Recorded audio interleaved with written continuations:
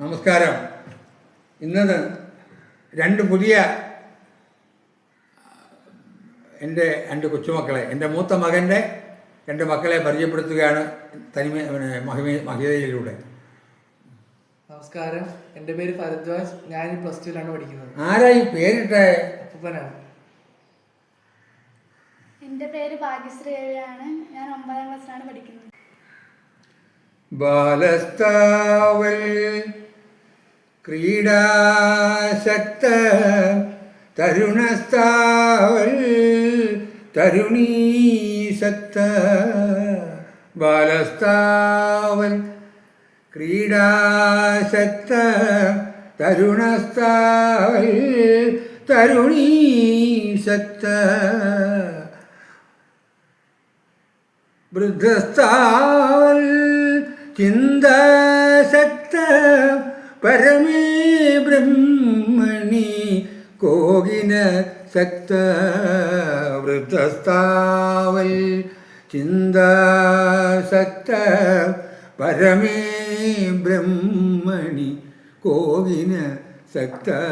ഭജ ഗോവിന്ദം ഭജ ഗോവിന്ദം ഗോവിന്ദം ഭജ മൂഢമതി. ഇന്നെന്തുവാ സംശയം കേൾക്കട്ടെ? അപ്പൂപ്പ, മഹാഭാരതത്തിലെ ജരാസന്ധനെ പോലെ ആൾ ഇപ്പോഴും ഭൂമി ജീവിച്ചിരിപ്പുണ്ടോ? അപ്പൂപ്പ, ഏതെങ്കിലും രാജ്യത്ത് അങ്ങനെ ഭരണാധികാരി ഇപ്പോഴും ഉണ്ടോ? ജരാസന്ധനെ പോലെ അല്ലെങ്കിലും ഈ കഴിഞ്ഞ നൂറ്റാണ്ടിൽ, അതായത് 990 കാലഘട്ടത്തിൽ അങ്ങനെ അതിശക്തനായ ഒരു ഭരണാധികാരി ഈ ലോകത്തുണ്ടായിരുന്നു. 9ാമത്തെ വയസ്സിൽ മാതാപിതാക്കൾ നഷ്ടപ്പെട്ട്, ശ്രദ്ധിച്ച് കേൾക്കണം, 9ാമത്തെ വയസ്സിൽ മാതാപിതാക്കൾ നഷ്ടപ്പെട്ട് സ്വന്തം അമ്മാവൻ, അതായത് അമ്മയുടെ സഹോദരൻ കൊണ്ടുപോയി പഠിപ്പിച്ച് 14ാമത്തെ വയസ്സിൽ പട്ടാളക്കാരനാക്കി. ആ രാജ്യത്തെ 14 വയസ്സിൽ പട്ടാളത്തിൽ ചേർത്തു.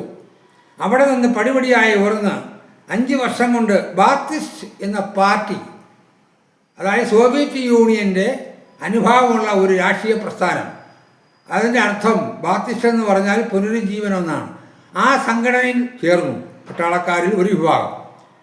അതിനുശേഷം അവർ ഗൂഢമായി ചില പദ്ധതികൾ ലക്ഷ്യം വെച്ചുകൊണ്ട് ആ രാജ്യത്തെ അട്ടിമറിക്കാൻ ശ്രമിക്കുന്നു. ആ അട്ടിമറിയിൽ പരാജയപ്പെടുന്നു, മുട്ടിന് വെടിയേൽക്കുന്നു.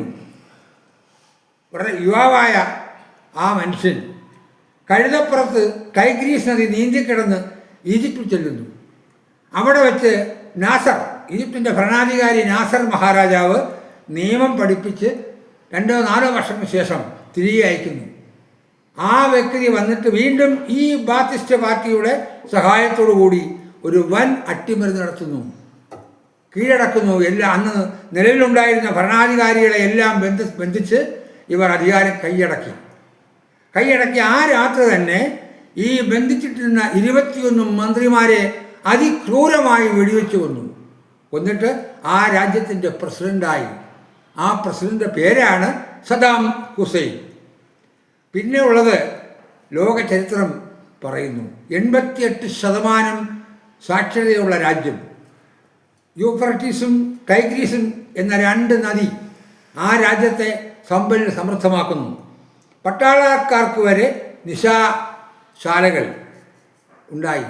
പക്ഷേ അയൽരാജ്യങ്ങളെല്ലാം ശത്രുക്കളായി.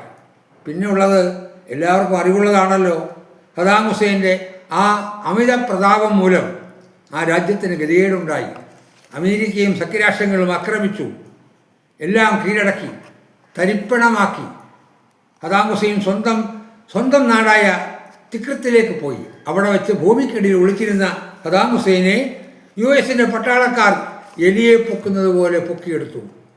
പിന്നീട് കേട്ടത് ലോകം ഞെട്ടിയ സംഭവമാണ്. സദാം ഹുസൈൻ എന്ന അശക്തനായ ഭരണാധികാരിയെ തൂക്കിക്കൊന്നു. ഇന്നും ആ രാജ്യം പഴയതുപോലെ ആയിട്ടില്ല.